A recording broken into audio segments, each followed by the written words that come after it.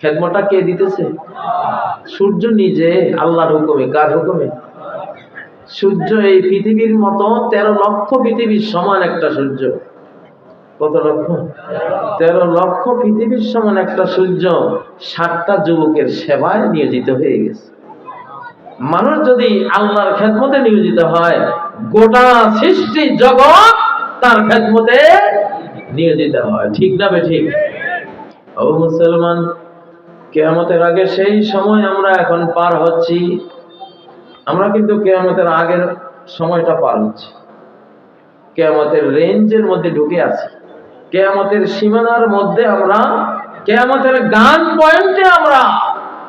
কোন বেঈমানের এখন আর নাজাত নাই, মুক্তি নাই। যদি বেঈমানি করে, আকাশের মারের ছোটে মানচিত্র থেকে নিচে চলে যাবে। এখন টাইম নাই।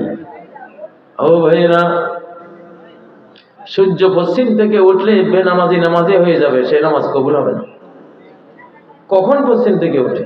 যে কোনো সময় উঠে যেতে পারে। বিজ্ঞানীরা বলে সময় বেশি নেই।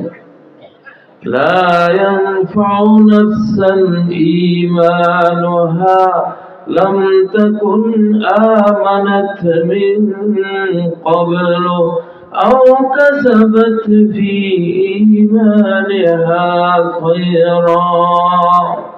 সূর্য পশ্চিম থেকে উঠলে নতুন কোন ঈমানদারের ঈমান, নতুন কেউ ঈমান আনলে সেই ঈমান আর কবুল হবে না। নতুন কোন বেনামাজি নামাজি হলে সেই নামাজ কবুল হবে না। বেরোজগার রোজাদার হলে কবুল হবে না। তওবার দুয়ার বন্ধ। পশ্চিমে সূর্য উঠে গেলে তওবার দুয়ার বন্ধ। ও ভাইয়েরা, দুনিয়ার সময় বেশি নাই।